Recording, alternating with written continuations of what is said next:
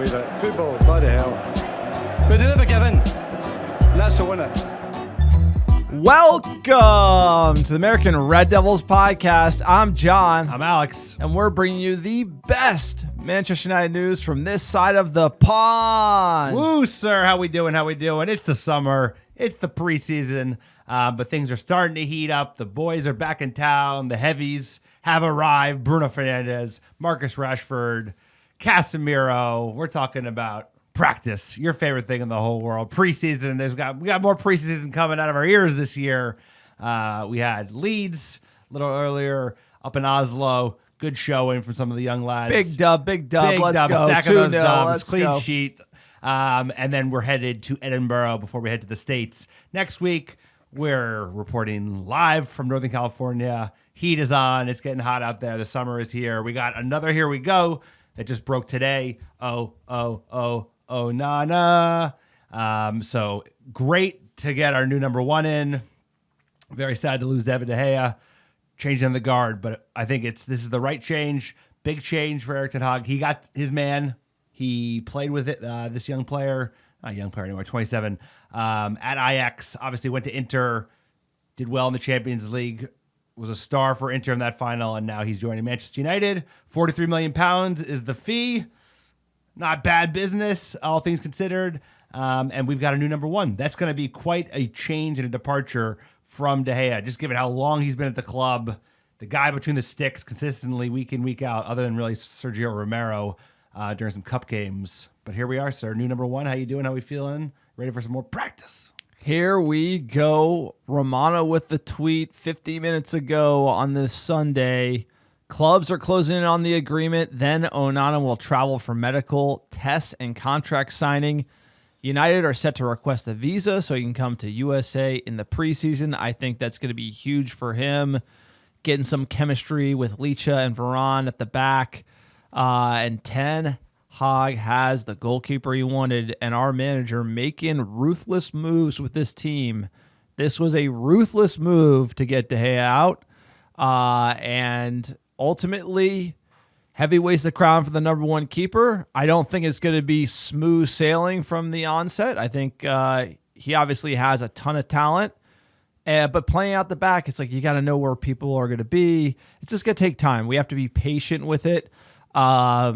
I can't believe we're going to take playing out the back to, like, you thought you was nervy with De Gea. I mean, like, this is going to be even crazier. If you've seen the highlights of Onana, he's doing like dummies. He's a madman. Trying to nutmeg people. I mean, it's going to get like a little crazy back there, but that's the modern game. Look, it's changed. 20 years ago, booted up, big head, Wayne Rooney headed down. Let's go. But now it's, you got twinkle toes on your goalkeeper, and things have moved. So Onana coming in, I'm just glad Ten Hag is able to make these moves, because this is an anti-United move over the last decade. Yep. Making big calls, getting winners in, and this is what our manager's doing. Again, still one arm tied behind his back, because apparently this club's for sale. Is it? To somebody, but nothing's happening there. So Ten Hag continues to drive this team, this club forward. And speaking of ruthless moves, Captain Magoo ain't the captain no more. How are you feeling? It's exactly what this club needs. It's refreshing. It's a little startling, to be honest. I don't think we've had a manager. Even Jose wasn't this ruthless and focused on his vision. Onana fits the vision. Like you said, the game has changed since we started watching 20 years ago, where it was a lot of lump, long ball, and now it's about having that 11th outfield player who's as comfortable with the ball at his feet as the ball in his hands. And he's that guy. He's one of the best ball-playing goalkeepers in the world. I'm not sure he is the same quality as a shot stopper as De Gea was at his peak. Maybe not this year, but at his peak, because he was truly elite in that category. But this is the way he's going to want to play, possession-based, play out the back, and have a player who's totally comfortable doing that. I think you said, like you said it, there will be bumps along the way. With goalie, you make a mistake, even if it's a little one, it can cost you a goal, cost you points, cost you a game, and people remember that. So we need to. Do they? Yes, they do. Look at De Gea. We're talking about that final still, and he's going to need time to transition. But it's another very strong player, one of the finest for his style of play in his position. To follow Mount, I don't think it's an early signing at this point, but to get both of those guys in before we head to the meat of our tour, which is in the United States of America, I think that's good business, good fee. And now it's all about number 9. We need a couple number 9s, and I'm not seeing any movement there. That's the only thing that concerns me is like that's the position that we've been crying out for the most. And we've got like the 20-year-old Dane. They want $85 million, and then Kane might be going to Bayern, sir. Same time, Magoo, he's not captain anymore. He hasn't been captain for a year. Now it's official. Now he has no excuse to stay at United. But I don't know. He's angling like he doesn't want to stay, but he has a tendency to sound pretty delusional whenever he makes a quote in the presses. The summer is a crazy time. But before we get into the Muppetry, and there's Muppetry, quick PSA for the podcast. If you like the America Red Devils, you want to support this podcast, help keep it ad-free. That's right. People have wanted to sponsor this pod. We've turned them down because we have a great Patreon support. We also have a great Patreon site. You get an extra episode every single month. Tons of benefits. Check it out. You support us on Patreon. Keep the ads away. Keep this for fans, by fans. That is what the American Devils are all about. Shout out to Steven Jenkins and Brandon Rochelle, our new Patreon members. Thank you for signing up and going the extra mile. You guys are the real MVPs. You can also check out our store, americadevils.store, get some merch. We're working on a new scarf for the new season. Also check out our blog, americadevils.com. And subscribe, drop a review on iTunes. Helps this small-time operation, Sweating in the Bunker. Sweating in the bunker, that's what we do, sir. It's getting hot out there. It's going to be getting hot in preseason next week.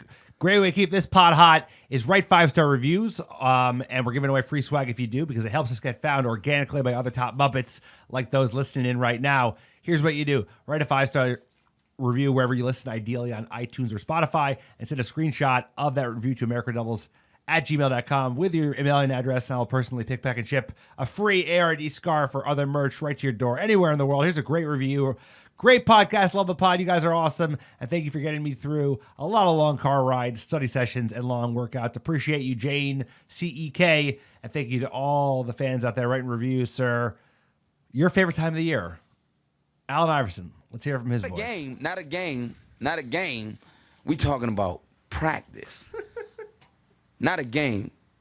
Not the game that I go out there and die for and play every game like it's my last. Not the game. We're talking about practice, man. I mean, how silly is that, man? We're talking about practice. I know I'm supposed to be there. I know I'm supposed to lead by example. I know that. And I'm not shoving it aside, like it don't mean anything. I know it's important. I do. I honestly do. But we talking about practice, man. What are we talking about? Practice? We're talking about preseason, and look, I know it's important. But I have to agree with AI. Let's hear it. My man AI. We're talking about practice, and somehow the Glazers have made practice commercial because preseason, which used to be like 4 or 5 games, and you would actually see, like a strong 11 for 45, maybe rotate out. It's literally like who you got. But the best part about the preseason game against the Leeds was the crazy bald man on the touchline, and he takes no breaks. By the way, for him, it is in practice. He didn't look like AI right there. He looked like he was coaching in the Champions League final. So fired up. Yeah. He looks so intense. The guy hasn't skipped a beat. I love you, Eric Ten Hag. You mad bald genius. You. He looked fucking pit, bro. Hugo scored the second goal, so they won 2-0. You saw a strongish starting 11 in the first 45 minutes, right? We got Varane and Martinez back in action, which was great to see. My boy AWB, the young lad Fernandez back from loan in the left back position. Mainu with Mejbri, obviously Hannibal gets the minutes. Diallo, Mount, Forson, and then Sancho up front. But Hugo scores the second goal. Noam Emmerich scored the first goal in the second half, and the manager's reaction was like it was like the goalie just passed it into his own net. He looked so pissed off, and I'm just like, we're back, baby, because that madman, he's ready to go. We're a month out. We got 7 more preseason games, and he looks too much for me. They've they're going up. Baby. Where was this played? In Norway, Oslo. Sweden. Yeah, exactly. They're just trying to just milk every dollar out of this team. This is preseason as far as I'm concerned. When they hit the United States and they get the all full players back. You're seeing Rashford, everybody out there. I think that's proper preseason. This is really just a cash grab. Maybe that's why I went on my salty preseason or practice rant like AI did on the last pod. I'll tell you, you'll listen to no other Manchester United pods where they're slating preseason. Everyone's like bigging it up here. I'm calling balls and strikes, and we're getting like the preseason. Great to see the lads out there. Mount looks sharp. He did. I'm gonna say Diallo looks good on the right wing. It really has to be the Tony Diallo show next season from my perspective. Medjbri deserves a shout. Mainu played very well.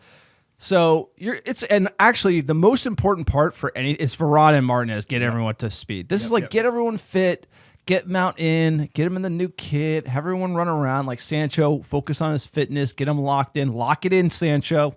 Lock it in. He looked better than that photo. 40 million. Whatever that photo was, I think it was Dr. No, he's bloated. He ate a lot of carbs. He looked good. He looked decent in preseason. It's practice. It must be 72-hour fast. Sancho's back. Regardless, it's show me over. This is not like you can't fake too early. it. It's too early. This is a marathon, not a sprint. Jadon Sancho's fate at Manchester United will be decided over the course of the entire season, and I'm hoping and cheering him on because like last season, there's clearly stuff going on. But like you said, a good 11. We came out, didn't score until the second half, but we made like a ton of changes. Like you said, Emerin with a great goal, Hugo from Emerin, goal and assist from the youngster. But I think the highlights. Mainu looked like a proper player. Could ride the bench, come in as like a Casemiro, play 6. Diallo has to be on the right wing. Mason Mount's got that long turn, great pass. Number 1 Mason Mount fan. Let's go. Wearing the kit. I think those are the highlights. Let me agree with what you're saying. It's good to see Martinez and Varane back together. Right, Martinez come back from that foot injury. He needs real minutes, and that's the number 1 and 2. We'll have to see.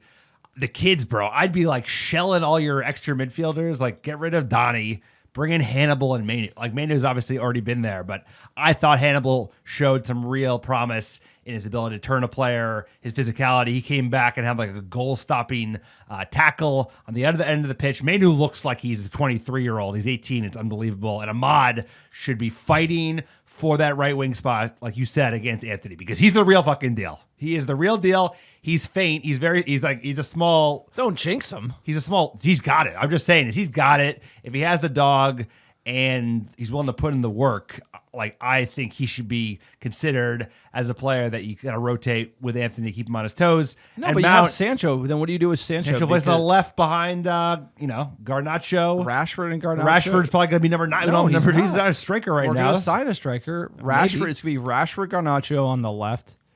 You sell Alonga, you loan Facundo, you keep Ahmad, Anthony, and then you have one surplus guy. Look, these questions are going to be answered. These questions will be answered, and my fear is Diallo back on loan. Because you have the 70 million pound player you paid for. You're telling me you're not going to put him on the right? He's we 85. paid 85. 90 million, fine. Insert giant figure here. I'm just saying he's a 6. I can't keep track of how much money we waste. I can't keep track. Who costs more, Sancho or Anthony? Like, let me know. That's a surprise. So you got those two guys. You're telling me Diallo's probably gonna go on loan. You know how this goes. It's a harsh business. It is. And I just feel like you have a player there. You paid 35 for him. The Sancho at 9, maybe we could take something away from that. I don't know. We did see Wout at 10, so. A lot of games. The thing is, you get a lot of games. I know you want to have a position where he's going to be starting week in, week out, but Anthony hasn't earned it yet, and neither has Sancho. And obviously Ahmad playing the championship, that's not the Premier League, but I think he's ready to be given positionally he was sound. It looked like he looks farther ahead than Facundo, and Alonga is not consistent enough. It's a good time to sell him. I think Alonga you can get a good value, and I think Alonga will do well for a Wolves, for a random kind of middling mid-table team. He will do okay, but he also might go abroad. So I can't speak to that, but he'd be lucky if he had Danny Welbeck's career. Who wouldn't, sir? Exactly. Looking at the preseason, this is just robbery. Basically, this is a cash. What's new, bud? Yeah, exactly. And that's kind of where a lot of the salty preseason takes coming from. But it is coming to the United States. We are the American Red Devils, so shout out to all the American Red Devils going preseason around the United States. I think it's good for United to come to the USA and see the support, because we're have the best fans. It's true. We are the America Red Devils, and if you're going to the match, make sure to sing your heart out, make sure to support the lads. And it's just a special time whenever they're coming to the United States. I think it's also good as it relates to the jet lag on the return. They're playing Lyon Wednesday, July 19th, 6 a.m. So Lyon, I think that's an interesting match. We also have the big boys back, so hopefully we see them starting. Then we play Arsenal stateside Saturday, July 22nd, 2 p.m. Pacific. We'll be watching that one. Then you have the cash grab against the Wrexham story that I couldn't care about. We're playing them July 25th.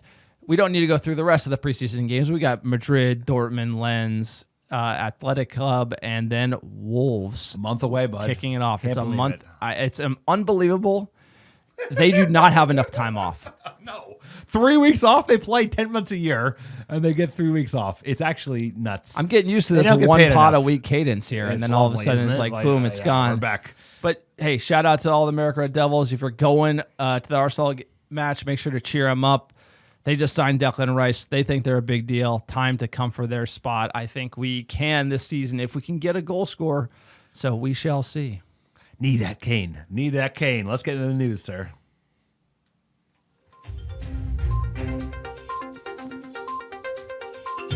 United in the news. We're going with the Nana. East Coasters. I'll tell you what. Northeast, if you know this, you grew up the same time we did. Here we go. I mean, Alex coined the song here. Nana. I can't get out of my head. I doubt that's going to be sung in the Stretford End, but I don't think so. We're just going to be going with that one for this podcast. Look, Ten Hag gets his keeper. Here we go from Romano, like we said in the open.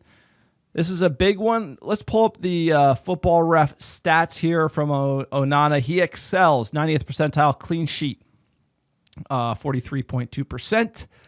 Save percentage, he is 88th percentile amongst keepers over the last year, 76.4%. Goals against, 85th percentile. Touches, 89th percentile. So you're talking about a keeper likes the ball at his feet. It is no surprise Erik ten Hag went this direction. Things about goal kicks, 35th percentile. So he does not boot it up the pitch. And crosses stop. This one was interesting, 56th percentile. You would think a goalie's playing sweeper would be a little braver in the box. So he is a little more, as far as crosses and being physical in England. That will be interesting to see how that one plays out. That one makes me a little nervous. You've all seen the highlights. We've seen the errors. We've also seen him nutmeg defenders, pull some crazy moves. This is a mental game. Being a goalkeeper, which I have in my career, in ice hockey. Your storied career. My storied career. Keep going. It's mental. I want to hear about this. Goalkeeper is It is. So you're man alone. You're by yourself. You see De Gea meltdown. No, it is it's true. It's mental. It's is. such a mental game, so you have to be a mental monster. Yeah. And Onana, there's no reason to think that he's not one. I'm just saying he's going to make the mistake at the back. Ederson at City. Yep. We've Even seen Alisson. We've seen him make tons of mistakes, and you have to be able to make it and just memory of a goldfish. Yeah, that's good. Shout out to Ted Lasso, right? Memory of the goldfish, and we got to see him and doing it at this level. It's never been more pressure, never been more eyes on you. Playing Inter, it's compared to United, it's I just feel like this is it's not going to be smooth out of the gate. Even if you bring in Ederson, he's one of the best to do it in the league. We're talking about the EPL. It's going to take a season for him to really get his arm around it, right? It's just a different physicality, different type of pace. I'm sure playing Italy is great, but it's not going to be like the English Premier League again. There's going to be a little work he needs to do. No, it's going to be a transition for sure. Our team has to get used to it, right? They haven't played with a keeper like this since they've been at Manchester United. He's coming to a very physical league. He is a product of the La Masia, the academy of Barcelona. Then he went to Ajax and played under Erik ten Hag, won a bunch of Dutch leagues. And and then obviously joined Inter last year on a free, and now they're selling him to us for 42 million pounds. It was a good thing that Manchester United wasn't without a keeper for more than a week, so this was done pretty tidily. The fee feels reasonable. Like you said, I think the transition to the EPL is going to be tough for him. We need to be patient. There are going to be errors. The physicality is the one thing I've heard about him when going through the scouting report, right? Like with his feet, with the ball at his feet, he's elite. He's a great passer. He's confident on it, but he apparently has a track record of getting muscled off the ball a little bit, like when it's up in the air in a jump ball position, which happens a lot in the EPL because a lot of the Burnleys of the world, they like to do the long throw-ins. They like to put the goalies under pressure.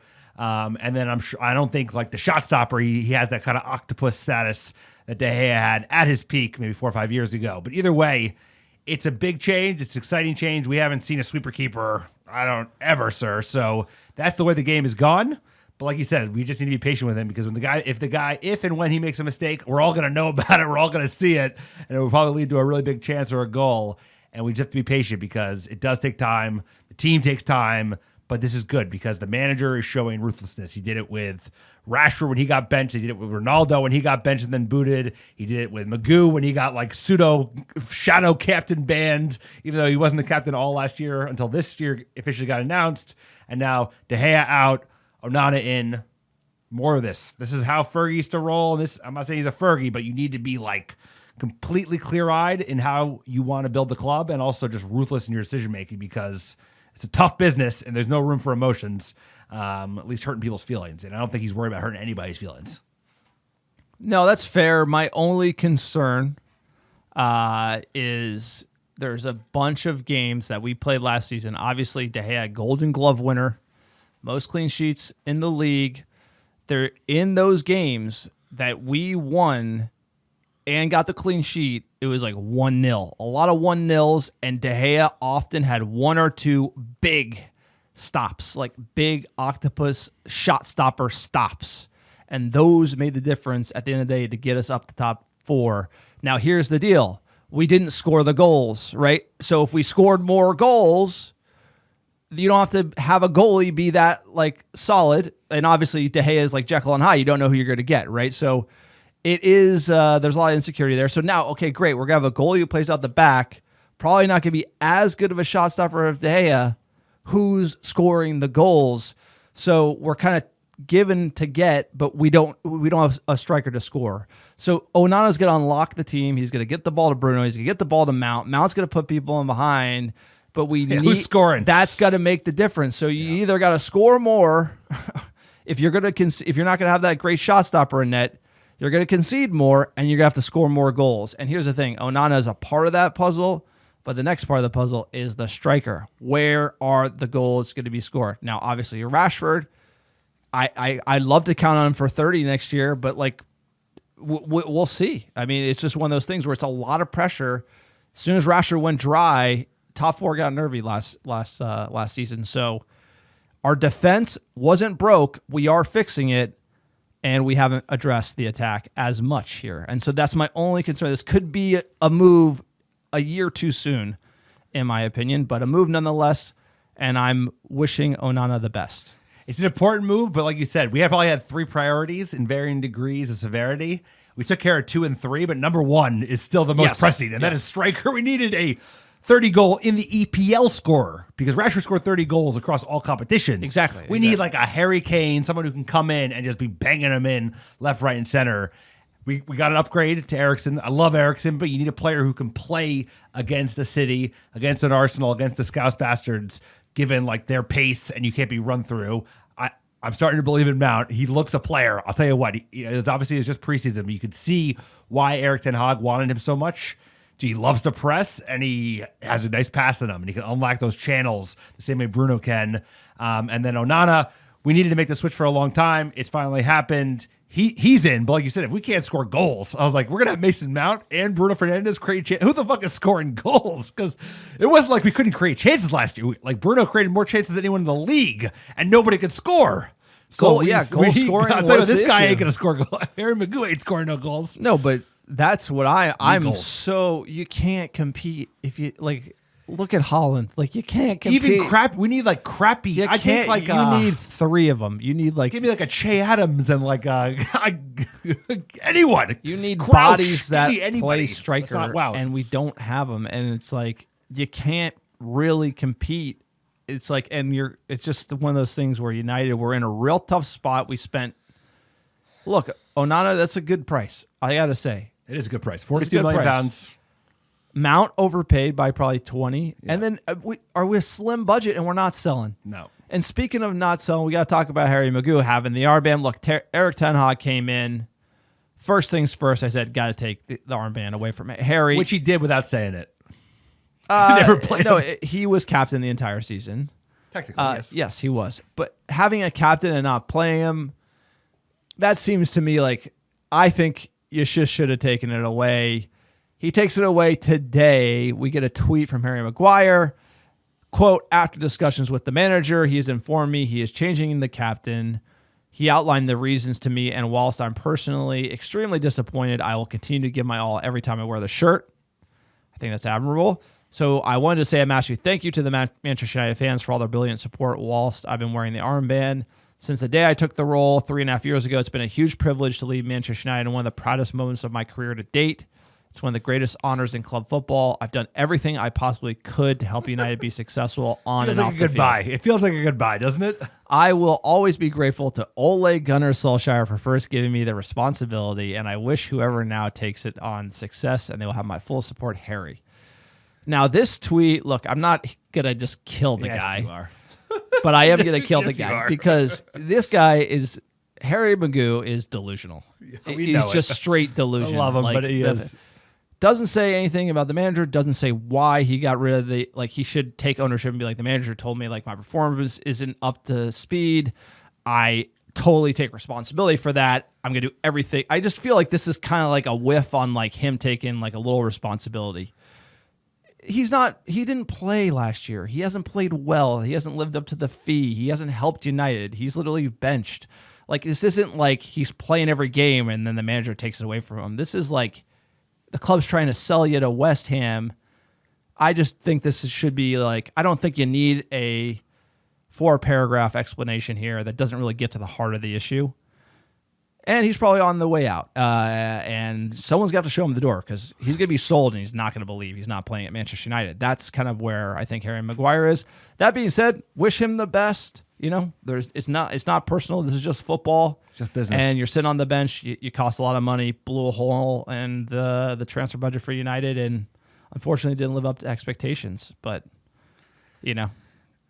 It's kind of like Anthony. It's like it's not his fault we overpaid for him by double. You know, it's not his fault we paid $80 million. The and made him the most delusions expensive. might go to him not getting better. Right? That probably contributed to it. The fact that he was like the highest at one point defender to trade in the market probably went to his head.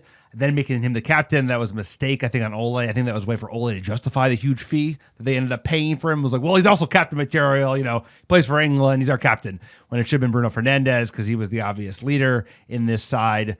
And he just is a little tone deaf when it comes to public proclamations, either in the press or via tweet, where it feels a little delusional. I'm rooting for Harry Maguire. I hope he goes on and plays for a West Ham and does well for them.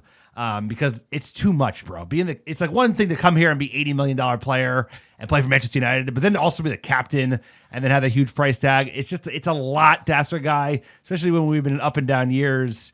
And at the end of the day, he's not the level he needs to be from even a mentality standpoint to be the captain, right? You don't have to be the best player on the team to be the captain. I don't think that's why Bruno is, because he's the best player on our side. Magoo didn't have to be the best player, but like he doesn't even have the mentality, I think, of, you know, a Roy Keane, a Rooney. No, it's not even that. He's just he wants to be something he's not. He plays well. He plays well for England in the back three, so he's like clearly United. Something's wrong with United. But it's like when we played Liverpool the second time after they just smoked us. So you went to that game last season, the season before last, where they killed us at home. We're playing them, and then third minute, he's out on the wing challenging Mo Salah and just gets dusted. And it's like you should like it's like literally like you should be thinking like get back, like play conservative, like hold the line, don't like get caught out. First third minute, caught out, just dusted. Like, that's kind of like, I feel like there's like a little bit of tension there where he's trying to be somebody he's not. And there's a little bit of a lack of humility from Harry Maguire. But that being said, like, I've never been under the spotlight like him. And all things being said, if he didn't leak, like, people think he was a leaker during the dark days. The reason why he's not my captain and isn't the captain of United is we went to Crystal Palace away, the final game of the horrid season, and that's when all the players go clap the fans. We're in the away section at Selhurst Park, and Bruno Fernandes is in tears clapping. We lost that game. Ten Hag is in the stands. Harry Maguire, the captain of United, didn't look fussed. He was like grabbing players to leave. Like when they're clapping the fans who've watched a horrid season, and that to me, those little things that you can't get on TV, that told me that he wasn't the captain. And that's a good time to talk about this next conversation, sure, which is the next captain of Manchester United. And I think you did a great example of bringing up, you hearken to the Liverpool bad 7-0 that everyone likes to bring up, where he did not show his best color. But I think what he showed when Ole was about to get fired and he was like, blame us, blame me. And then that final game that we were both at, where we looked like dog shit, as bad as we looked against Liverpool when they beat us, what I thought would be the worst beating I'd ever see. But that 7-0 was worse. And he was, dude, like you said, he shows emotion. He wears it on his sleeve. He's a hell of a player. I think he's trying to big up everybody in the team. He's a little bit of a moaner, but he's the guy. He is the guy, and it's not only because he's the best player on our team, but he's a leader. He means so much to him. He would fight for this club to the very end. He wants to fucking win more than anything. And sometimes, he gets a little whingy. But that's who are you talking about, sir? I'm talking about Bruno, sir, our next captain. You put a great poll out there. What do the fans think? I said, who should be the next captain? Bruno, number 1, 75% of the vote. Casemiro, 19%. Rashford, just 3%. And then Shaw, shout out to him. Good options. I like these choices. Longest tenured player at United Which now. is wild, by the way. 2%. Everyone's saying Bruno in the comments. Varane has a shout in the comments, but like Bruno, the Bruno dissenters are also vocal in the comments. The case for Bruno is best player by far. And again, by far, when you go watch games in person, you see things. And we went Wolves, and seeing it in person, it's like the tactical cam. Nobody worked harder on the field than Bruno. No. When we went to Crystal Palace, nobody clapped the fans more. Nobody was ashamed more of how bad the team was than Bruno. He put it all on his shoulders. Sometimes maybe too much, you know. And also, the captain doesn't need to be your best player. Captain needs to be the most even-keeled guy. When chips are against you, players look to him, and he's like, calm it down. For me, I think the guy is Casemiro. He hasn't been here long enough. So it's going to be de facto Bruno.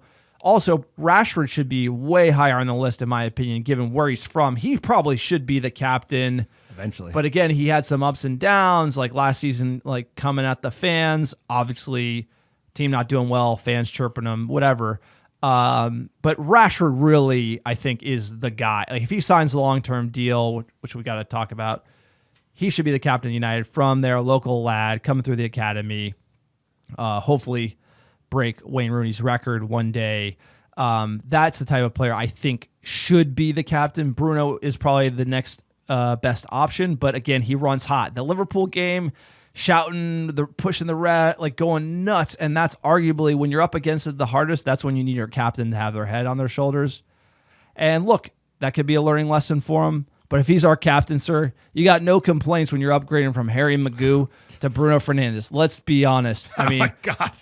But the other thing about Bruno too is I feel like he's harsh on players when he's on the pitch. If somebody misses a chance, he's whinging and yelling. And I feel very like high standards. You know that we've all played sports. You play with people who just like start yelling at their teammates. Sometimes players need that. Sometimes they don't. I can't speak to if that's like a good thing. I'm not in the locker room. All I know, he's probably the hardest worker. He's probably our best player. And those two things alone make him the captain. You know, I'm not too fussed. Let's see how it goes. You know, let's see if he improves. hey, he's not a young lad, but he's 27, 28. He still has a bunch of years left, hopefully at Manchester United. I think now that he's officially the captain, like on He's the website. not yet. He will be. He should be. It No, hasn't we're been gonna announced. get- we're gonna get It's to the gonna be- article. It's going to be What did announced. Ten Hag say? He says, Well, "I let me choose." just make my. I know, but just let me just say. You can't say my- he's the captain when he's No, not. he's not. But you would most likely believe You that don't he's know the what Ten captain. Hag's gonna come up with. He let Magoo be captain. I for a don't, year. but I'm just saying is that it would be a huge surprise to me. The guy, one of the guys on this podcast that follows United like religiously. If it's somebody else, it could be. But if I was a betting man, I would bet Bruno Fernandes. And I also like to think that he's going to get a little bit calmer as he ages because he's going to learn from the leaders around him, learn from the Casemiros, the Varans that it's good to run hot. Yeah, it's good to fucking But it could demand be high somebody standards of else. everybody else. But you would think that you'd mellow out a little bit and realize that not everybody can handle. He could make digging Leach at the you. captain. He honestly Ten Hag, first of all, loves his boys. That'd be cutting He could Bruno. literally make Leach the captain. He can make Varane the We'll talk captain. about it in a week because it'll be No, known in a week. But my point is, you're right. Bruno's probably the front runner, but Ten Hag, we're not never behind know. the scenes. You don't No, know. never- Maybe no, especially Casemiro's with him, you never know. Maybe Casemiro's the number one dog in the locker room. Everyone looks to him. It's much more intangibles, and we can't speak to it because we're not there. Outside in, yeah, Bruno's probably the favorite, but Ten Hag, I'm going to trust in whatever What's he decision say he though? makes. This quote is all-time quote. This is so Eric Ten Hag in a nutshell. I don't let the dressing room vote. It is up to me, and it's that's it, baby. I love that. It's not management by consensus no more. It's I am the law. It's I better am than the law. Odegaard being the Arsenal captain. What'd you say? Odegaard's the Arsenal captain. Bro, You Bruno, said it if that, you, Bruno is much better. I know this whole. I don't know what the whole Twitter Odegaard levels ever. Bruno is an unbelievable player. I think second only to De Bruyne in the league in his position, and one of the finest midfielders in the world. And he's always available. That is true. Yes, he is. he should have had double or triple the amount of assists. If we had No, Harry but Kane on his team last year, The best he would have player had 18 is not assists. the captain always. No, That's it's not, the but I only also think thing I'm he's the trying to best say. leader. I know you love Bruno. I do. I know you're a big fan. I love but I'm Bruno. just saying it's the intangibles. I think he's also the best fit. Given everyone else at the club, Yes. De Gea's gone. Casemiro's still working on his English. Rashford needs to sign the deal, right? I think he's the guy. I'll tell you what. If somebody else, I'm going to be a little If heartbroken. we've learned anything in this podcast history, is that the universe is perfect, and that because you're big up in Bruno so much, it's not going to be It's going to him. be Licha or Casim or And then- Shaw. I'd be like, you imagine? Shaw's not a bad shout. Next one, Simon Stone. Manchester United fined $300K by UEFA for minor FFP breach. Club are disappointed. They say fine is due to the change in way UEFA treated COVID-19 related losses. Don't need to get into it, but apparently we are one of those clubs that violate FFP. It's categorized as a minor breach. The funniest thing ever is that Shitty, who basically lied about everything, and there's actually more coming out, more leaks. There's always more. That's I the mean, thing. we don't really get into that too much on the pod, but there were even more leaks about where the money's coming from and how it's being funded, and it's just completely this sham setup they have over there. So this is crazy that they're coming after United, but I'm actually glad they're getting on people. They should be. It is the rules. I just think if they're gonna get us, they got to get them. No, 100%. That's the thing. The difference is one minor violation. This is the tone and totally difference between the two clubs. It's we made a mistake, or maybe they changed the rules on us, and all of a sudden we were in breach. We accepted the fine. We're going to pay the fine. We're not fighting the fine. Their whole identity is built on a lie and built on falsified income and paying people more than you said. And you never were paying taking them. the L. And also never owning up to it. That's because it's inherent in their project. And if they acknowledge one fault, then they have to acknowledge all 114 faults. So that's why they spend so much on lawyers. That's why they never accept even a plea. They'll never back down because the whole project is built on funny money, bro. It's they're not the most popular club in Europe. They're not the highest grossing club in Europe. That's preposterous. No, the EPL just doesn't have the But there are no power. rules They in don't Europe. have- the FA is powerless. Honestly, you look at the leagues in the United States. They just care about making money, bro. The NFL has a lot of power. Shit ton of power. Tons of power. And it's they run it. It's the FA doesn't run nothing when it comes to these guys and this league. And it's really sad to see the vacuum and the rule breaking and obviously everything we've seen, including the treble that will be tainted forever. But more importantly, Muppetry, Harry Kane, Bayern Munich honorary president, Uli, confident Spurs striker, will join the club. Harry Kane being talked about, Bayern Munich.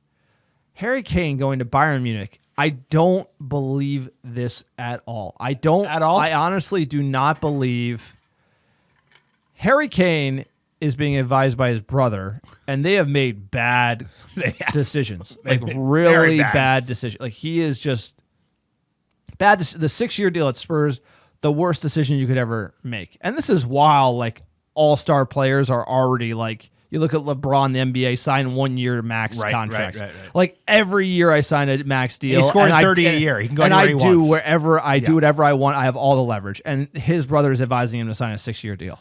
Like literally the dumbest thing you could ever do. Now he has 1 year left. He is going to break Alan Shearer's record. I have to think that if you're playing in England and growing up in England, there is no record that is greater, in my opinion. And he's not going to go to, if you're looking at his career, you'd be like, you're going to break the all-time goal-scoring record. Alan Shearer, it's just like, how are you going to go to Bayern Munich? He can't, based on that. If he does, it's like, I couldn't believe it. Maybe it's because he's so thirsty to win something. I think the move, if you're really honest, the move is you play it to the deadline, see if you can move to United, and if you don't, you leave on a free and you go anywhere in England you want, whoever is going to be best. You give all the leverage, you get all the leverage. Going to Bayern doesn't add up to me, unless he's that desperate to win a trophy and he wins the Bundesliga. I guess that kind of gives you something. Well, maybe he thinks he's going to win the Champions League. They're always one of those. They're a very good team. Mane went there, and what did Bayern do last season? They're trying to get rid of Mane. I don't even know. So they're flirting very openly. So there must be some legs in this. Maybe they're hearing the right things. This is the Bayern camp from the Kane camp. But if there's a deal to be done, and it's a deal where like Bayern are actually going to buy Harry Kane, well, that means that we can afford him because Bayern they don't overpay for players by a huge margin. So if he's in it and there's legs there, then we should be all over this fucking story. Because at the same time, Rasmus Højlund, they want 85 million pounds for a player who scored 9 goals in Serie A, 20 years old. A lot of potential, but he's worth half that. If they're asking for 85, just pay 85 for Harry Kane and call it a day. I know we can get him next year for free. We don't have 85. I mean, you got to sell. Structure. Yeah, sell everybody. Sell Fred, sell Alonga, sell Magoo, sell Hendo. The demand is it's not a. But if it's a demand side I feel like even the Glazers would sanction for Harry Kane because they like you get Harry Kane, bro, and everybody else feels fit. We have a team that can contend in theory because like Harry Kane is the missing piece. He could score 30 goals in the EPL. He could do hold up play with Rashford. No, we want Harry. Proven. He would look great in red. We want Harry Kane. That's totally fair. The question is, how do we get Harry Kane? And the answer is basically like deadline day. It is a deal that's late. He's got to be pushing Levy for it. Realizes that he's going to get nothing for Kane. Kane is pushing hard with his team. United are able to sell enough players we can put like a 90 million pound bid in front of Levy, and he takes it under the pressure, under the cosh. The pressure point for Levy and Spurs is Levy knows once that clock hits midnight. Yeah, if you listen for free, he's screwed. He turns into a pumpkin. He is a pumpkin. You know what I'm saying? His brother's the pumpkin. But that's it. Harry Kane, like right now, there's so many balls in the air. Nobody's going to make a deal unless it's outrageous. This is a deal that's going to come down to the pressure point of Harry Kane leaving on a free. 6 weeks left, right? Not signing a new. We haven't heard. Harry Kane has to come out and be like, I'm not signing with Tottenham. I'm going to run it down. That will put more pressure. And as the clock ticks down, there'll be more pressure. And if there's an opening, we could be in for it. But this is a late window signing. And we could be there because you brought up the next bit of news here. Atalanta smoking something. Yeah, 85 million. Like this is also one that I don't understand. Højlund, if you paid 45, they are delusional to not take that. Because you could give him 45 plus 20 and be like, if he scores 30 goals and make it like crazy incentives, right? This is all how the details are done these days. But if they aren't willing to part ways with him for 45 or 50, they are out of their minds. And at that point, you just say, hey, thanks, but no thanks. And it looks like we're doing that, which is what we should be doing, right? And then we're going to be on to Who's that guy that we were Wout Weghorst Not him, please. or beyond Wout Weghorst, Che Adams, Arnautovic, Ollie Watkins, Kimpembe. Osimhen doesn't want to. He's too expensive. He's 150. We're screwed. The guy out of Frankfurt, he's a player, but they also want dude. Everybody knows we need a striker. Everybody screwed. wants. We're They're so all the young screwed. kids. They all want top dollar. At least the selling clubs. Hoyland for 85 is madness. That is like madness. But how do you But you run paid Manchester Anthony United? 85. So what'd you say? How do you run Manchester United and have you should always have 3 strikers, and we have 0. I mean, have a hurt Martial Martial. is 0. He's basically He's zero. a 0. You should be getting some pots and pans. I know we want Harry Kane or Hoyland, but we need whoever, that guy. Who is it? They're talking about the Iranian striker that plays for which team? It's going to be that. We need one of those. That's what we're gonna get. He's got 12 goals at Portugal, whatever. We just need somebody who could score goals that's not named Wout Weghorst. It's going to be, you're going to get, if they're not going to sell us Hoyland, it's going to be a last gas Harry Kane that we don't get. Should go all into that, yeah. Igalo from China and some other guy from Germany who's on loan that nobody knows. It's going to be pretty sad. Yeah. And you can't compete. You really can't compete. And you know what? If you look at Arsenal at the end of the day, Arsenal doesn't have the number 9. And they couldn't get they're not there. going to win next year because they don't have a killer number 9 exactly, like Collins or Kane. But they have Jesus. Imagine us with Jesus. It's that's something right there. No. We don't have that. And it's they don't have a number 9. You can't win the league. They got everything. Shitty have Holland, who we should have. Yeah. And it's how are you going to overcome that? You can't. They win you games. They get you points. They win you games you shouldn't win. You don't have that. You're just, it's running uphill the whole season. And the fact that we're doing this last, it makes me so nervous. It makes me so nervous. We aren't just 100 million Harry Kane and then that's what you got to do right now on a free. That's why I just thought you have to go. And I'm with you because everyone else is asking. If they're asking for 85 million pounds for a 20-year-old Dane who has scored 9 goals in Serie A, he's got a lot of potential, fits the profile, looks a player in a couple of years. You go all in. You tell Harry Kane he's the guy. You're going to give him a big deal. He'll come to Manchester United and be a fucking stud and go for the title. And he could make the difference, bro. It's you bring this player in and score 30 goals in the EPL next year, and everybody else stays fit, relatively so. It doesn't we don't lose Martinez for another half a year.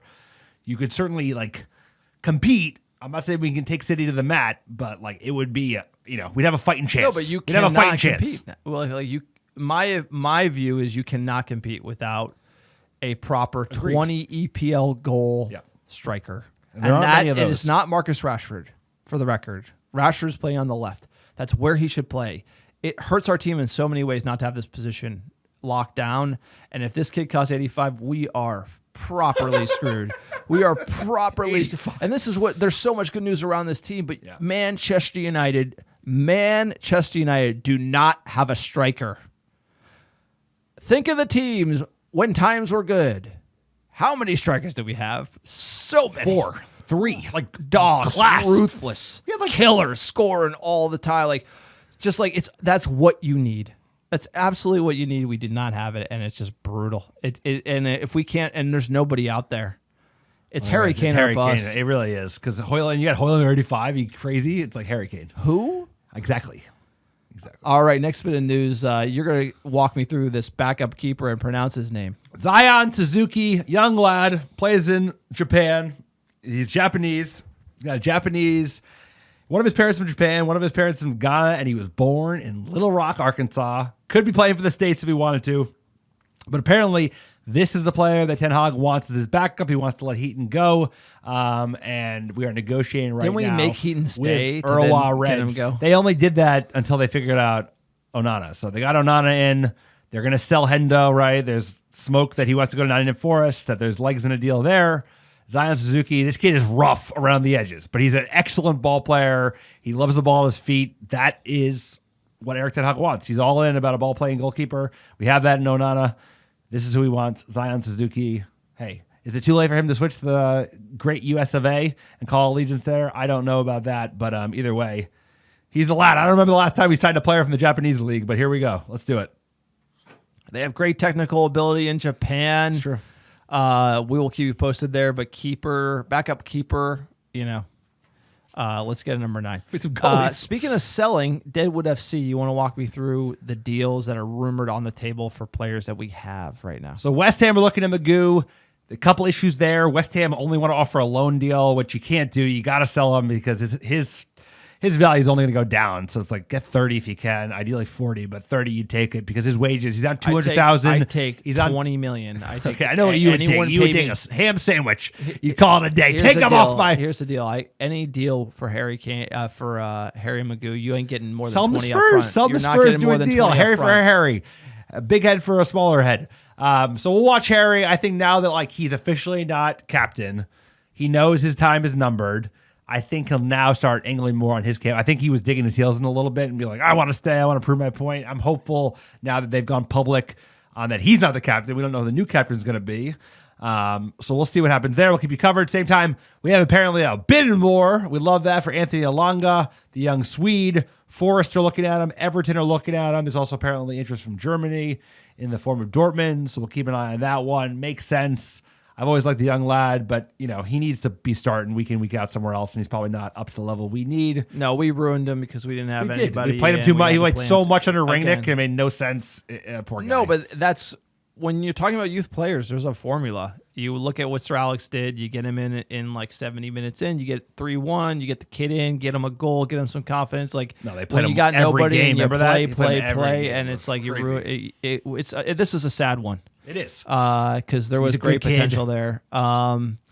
Also, Fred Galatasaray, that he played for them. He basically, they're not going to be He paying played a for lot for him. Shakhtar, sir. Shakhtar. But The close by. two great clubs, you can get them mixed up all the time. But Also, some Fulham. of I think Fulham are looking at him. Fred the Red, sir. You're gonna the miss Fred. prices You're gonna that miss we Fred. set- You're the- gonna miss Fred. The prices that we're gonna sell him like 10. He's a player you can keep, in my He opinion. is because he's on his game. He's like great off the ball. Whatever happened to selling McTominay for like 30 million? Like we can't sell. No, we can't sell. We're bad at selling. So, look, Johnny Evans. This is a feel-good story. Johnny Evans is in training with United right now. The photos of him coming into Carrington are online for everyone to see. He's just maintaining fitness as he looks for a new club. Big Johnny Evans fans here at the American Red Devils. When we were out in the UAE for the World Cup, staying at the Ritz over there. Johnny Evans was in the gym working out. He was with Leicester City. Leicester City was doing their training there. Alex and I were hitting the gym. Got to meet Johnny Evans, like the class act, nicest guy you've ever met. Like he's doing bench. We go over, introduce ourselves. He was just so nice. Like big. We told him we were big fans. Talked about Sir Alex Ferguson. Just like top draw. Like absolutely. And he said he is a United fan. We can say it now. His he's not works for the club. No, but you can say it now because he's not under a contract with another club. But he's like, I'm a huge United fan. I watch him all the time. We were like, but like, you can tell a lot by somebody when you meet him out in public. And man, he's a classic top player. Should have never let him go, in my opinion. Just like because these Sir Alex Ferguson guys, they just got something. They know the work ethic and Dude, he's Johnny's also like Academy product, right? Academy products have like humbleness, a hard work ethic. Obviously, he played under Fergie, great player on his day. And also like, this is one of those players kind of like Blinn that we just like sold for no reason. Herrera that let on free during like the tumultuous, Van Gaal to Mourinho to Ole, like those fucking nightmare years. So shout out to Johnny Evans. Really nice guy, class act. Everyone's rooting for you. Hopefully he's the type of player we bring back into the fold as like someone in the academy, someone to have around because he gets it. Good guy all around, and we're all rooting for you, Johnny. So wherever you land, hey, go play at Wrexham, bro. No, we'll talk about you nonstop. When we were talking to him, he said he was asking us about the states, and He he just was like, MLS. So he yeah, was that's saying, yeah, true. the Go MLS. to I was like, MLS. yeah, You exactly. do well there. Go to Inter Miami, bro. Yeah. So not United news, but got Messi going to Inter Miami. Here we go. The announcement, the video, everything, the pink kit with the collar. Bottom of the table. table. Messi's going to MLS. Look, as an MLS, just like we kill MLS here on the pod.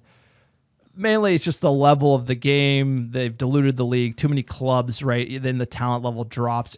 there's a place for it. I think it's growing. It's coming up. Not making a lot of money though. It's actually losing money as a business. So that's why the expansion thing didn't make sense to me. But the league is actually sponsoring. Like the entire league is paying for Messi to come. It's such a different way that the league functions. No promotion relegation. But Messi's going to get people to watch. I'll watch Messi play for Miami. Yeah, those highlights are going to be awesome. And this is why, the number one villain, it's got to be coming to the MLS. Oh, he will. Ronaldo's going to come. It's going to be like the showdown. He'll be on like the Galaxy or something like that. It'll be proper troll. You need to see that. Messi, Ronaldo, MLS. I think it'd be great for the MLS. It's what I want to see, and I'm pumped Messi's coming to the United States. I'm a Messi fan. You can't deny he destroyed us. Twice. Aside, Murdered us. Best team like of all time. Like you could put the 07, 08 United up there, 99 United. You can But put the 08, 09 Barcelona team was insane. Probably insane, that team. I didn't like the way they played. No, but they suffocate probably you. number one. They're probably in the argument for greatest all time. United have shouts in that too. 99 team, of course. Exactly. So it's just one of those things when you see greatness, you can't hate on it. It's and good for the he's league. coming to the United States. So look, I just got to comment on it. I usually dog the MLS. This one's a big move. I like it. So I hope he just dunks on fools. Like that's what I want to see. I want to see Messi Free just kicks. murking people. Because that's just like great food for thought. And people will watch that. It's like Apple's going all in with their whatever MLS pass. I will now consider buying it to watch Messi because he's that much of a draw. I agree with you. I think as soon as the Saudis get their hands around the 2030 World Cup, which remember, this whole thing about building up their bullshit league is only so they can boost their chances to win the World Cup. That's all they care about. As soon as they secure the rights, which they will, because FIFA is as corrupt as they come, even though it's currently in the bylaws that another Middle East country cannot host 2030 because they have to change regions. They will still get it because everything that you expect to happen will happen. Then they'll stop putting all these contracts out. They'll stop buying Benzema's no one's going to pay more money. and Henderson. No one's going to pay more Yeah, he'll go money. to MLS, and that will be a great rival to see because, dude, it's coming up. It's a good feeder league to Europe, and it's good for the American lads that need to get a chance before they go to Germany or France or whatever. And who doesn't like to see Lionel Messi tear things up? So love to see it. And he was in like a Publix grocery store. I know. Living Pushing the dream. the grocery cart. Like that was also like, that's a moment. Like The cereal section, the kids be like, damn, it's a lot of cereal. But here's the funny thing about people who live in the States, maybe not traveled outside the States, is like Messi coming to the States, like the grocery store is a thing. Like people totally go to different. American grocery stores like, oh my God, look at all this cereal. It's like, look at all this cereal. 400 types of cereal. You literally saw Messi in the cereal aisle with his kids with the big boxes of like sugary cereal. And like, that's literally like, welcome American dream, baby. Welcome to the American dream, the freedom, baby. We got all the cereal, all the sugar. for It's your like children. it's candy. It's basically candy with milk. Like, Delicious. I love it. It's our favorite cereal growing up. Mine or yours? Yours.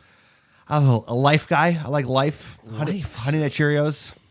Sorry, it got to be Fruity Pebbles. Come on, Fruity like you're talking about, like Pebbles, as a kid, you were like 7 years old, go to the grocery No, store. what you're was like, the give one? me Life, The peanut like, butter give me cups. Count The Chocula, peanut butter cups. That was peanut butter pops. Peanut butter Those cups. are delicious. All right, jump into the fan questions at MHHersey5. Quote, do you think we'll get top 4 next year if we sign Hoyland? I assume Onana will let in more goals, and don't feeder goals scored will be more than last year. Therefore, worse goal differential. I think talking to the point I made earlier, call me crazy, but I think top 4 will go down to the last game of the season. What do you say? I actually think we're going to concede the same amount of goals. I know De Gea's a better shot stopper, but he would actually put the team under a lot of pressure with his terrible pass down the bet a back. stake on that one? I'll bet a steak on that, bro. We'll talk about steaks after this. I'll bet a steak. We'll bet a nice steak dinner on that. Sir, we one. gave up a I'll lot of say 7-0 we goals. We did. He's going to put, the amount of times that De Gea put us under pressure with his bad passing, Hey, it's going to be a wash. It's not a person to say, will we concede more or less? I think I think we'll concede. it's a less. win if we concede Push. the same, in my opinion. Yeah, it would be. It's all about the goals scored. Yeah, because we had, like you said, there were a lot of 1-0 wins. You need those 1-0 wins in the league. We didn't score enough goals. If we got Hoyland, I think we'll finish the top 4 by like the skin of our teeth. You can't bank that with that kid. You can't say one kid who's unproven is going to be the difference maker for United. I believe in this Like, what are we manager. I believe in smoking? this team to squeeze out goals, but we need a number 9. Otherwise, you're going to be leaving goals on the Did you table. see Wout Weghorst running around? Wout Weghorst in is one of the FA worst Cup players final to when we ever need play to for lead? Manchester United, sir. Here's the one thing. I love Eric Ten Hag, but when we needed a goal against our bitter rival to stop them winning the treble, he had a Wout Weghorst running around. So as far He had as no like one his else on the bench, decisions bro. sir, you could, You play Facundo over him, but I agree. I'm just saying, like, as far as like how do we get a goal, like that was the strat, and we don't have anyone else. Like, so it's concerning. Top 4 for me is, since I'm the pessimist, try to jinx it. I'm gonna say we don't make it. If you don't have a number 9, how are you gonna get there? And how can you expect Rashford to be as good as last season? You know, maybe 20 goals, all comps, play on the left wing. You're going to ruin Rashford moving him around. You got to keep him on the left wing. You know, moving people around, it just hurts them. We need 9s. Exactly. At Olsen Dylan, quote, any short-term deals for center forward we could do. Premier League guys like Ollie Watkins or something, maybe Mehdi Taremi from Porto. He's the guy, the Iranian I was Just talking a about. placeholder for a year or two. I just don't see us getting a center forward this summer. That's not a developmental prospect or insanely expensive or both. Great question. I like Ollie Watkins. I just think Villa would take us to the fucking dog shit. They take us to the like the outhouse Maybe a and beat 90 the million, shit out. maybe. Exactly, It'd be like 80 million pounds. Taremi is like what we need, because even with Harry Kane, we need another striker, because Martial is never fit, and even when he is fit, he looks like he's going 60%. Obviously, we got no Wout. He's out. Taremi is like, he's 30. He's Iranian. He scores like double digits in the Portuguese league. He's a great number 2, right? Like high work ethic. He's good off the ball. We just need bodies. We need bodies, because even when you have a Wayne Rooney and an RVP, you still have a Chicharito. Like, we need Chicharitos, and Chicharito's a hell of a player, can come in, get you a goal off the bench, and we don't have that. So like, even with Højlund, it's like we need a Højlund and a number 2, because you need a lot of strikers. Like you said, every great United team has had like at least 3, and the greatest United team, arguably 99, had 4 like elite strikers, and we don't have one, right? If you have Rashford on the left, We you also don't have played one the elite 4-4-2, striker. so it's like it has true. changed a It's little true. bit. But you need gotta at least have 3. you have At to least have 3. 2 like Killers. and then like a prospect, like a Garnacho kind of sitting Højlund there. the prospect. Exactly. Yes. At Brinker80, quote, you mentioned that United usually don't spend after qualifying for the Champions League. You think the reason for the £100 million spending is it's more likely United thinking they can offload some players to recoup the money, or is a takeover deal closer than we think? What do you think? They're at like what they've been spending after like doing the whole, we didn't qualify, spend a lot. We didn't qualify, or we did qualify, spend little, in subsequent seasons, usually sub 100 million. It kind of feels like the Glazers aren't selling. It's just been dragging. And even like the exclusivity thing, that was like a month ago at this point, like the Reuters news. So maybe they make up for it and try to quell fan uproar by spending a decent amount of money in the summer. Maybe think we can offset it with all the sales we need to do, but we've shown that we are very bad at selling. Ulrich will attest to that. He's going to talk about that tweet in a second, but like, we cannot sell for our fucking life. And part of that's because we put all these players in huge salaries, but I also think it's inexperience of the front office, man. You got to be able to wheel and deal over Europe. Look at Bowley did. Bowley got in some killers after he like fumbled around for that first summer, and then he got like He's the best there and brightest in London, like running the team, like nobody. But from he ain't the like, DOF. He got like real DOS from Germany. No, I know. Brighton, He's just etc. That guy. He is a self-made. Yeah, exactly. That's the difference. At you, Bosun, you say it. The Payet brothers are living up to the reputation. Those two couldn't sell Pellegrino in the Sahara. Another shocking summer. Look, It's true. it should be both outgoing, incoming. You got to weigh them the same. I would say we probably so far it's a B on the signings. Only thing On I the can buys, you mean? on the buys. Yeah. On the outgoings, it's an F. It's like shopping list to the press. No clue what we're doing. It is as bad as Ulrich is saying. At Freddie, at Fairway Freddie, quote, great podcast, guys. I'm clinging on to the hope the last minute takeover will allow us to have a final spending splurge in which Kane and Frankie de Jong and some other superstars will be signed. Is it the hope that makes fools of us? It's the hope that makes us. Let's hear the Manchester optimistic United John fans. take. No, it's true. You watch Mason Mount in that kit, number 7. You're like, he's gonna be great. You're like all these guys are gonna be great, and then the season just kicks you in the teeth. So preseason is all about hope, I would say, and then reality will set in as we kick off against the Wolves.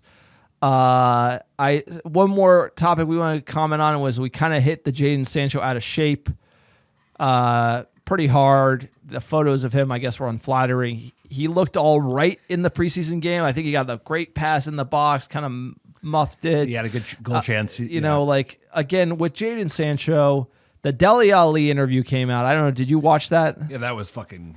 that was tough, bro. Footballers are people, man. They are. Like, when we're here, like kicking Jadon Sancho, it's because of the fee. Yeah. It's because of this. It's like if Jadon Sancho has anything personal going on, like he needs to get help, sort it out. Like I want him to sort it out to be a better player, but there has to be room in like sports where like players get paid insane amounts of money and they don't perform, they get some criticism. You know, so it's a fine balance.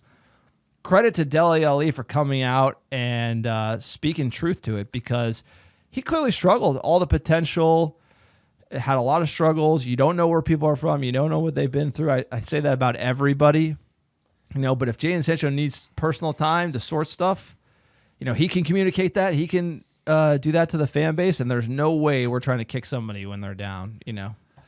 Everything we say is supposed to be lighthearted. Even when we rib Maguire, rib Sancho, it's like except for Wout. Okay, Wout's out. He's not. He's an old. He's ex. We want every United player to do well, and it's just bants. And honestly, like, you know, taking care of yourself, taking care of your family, that's the most important thing.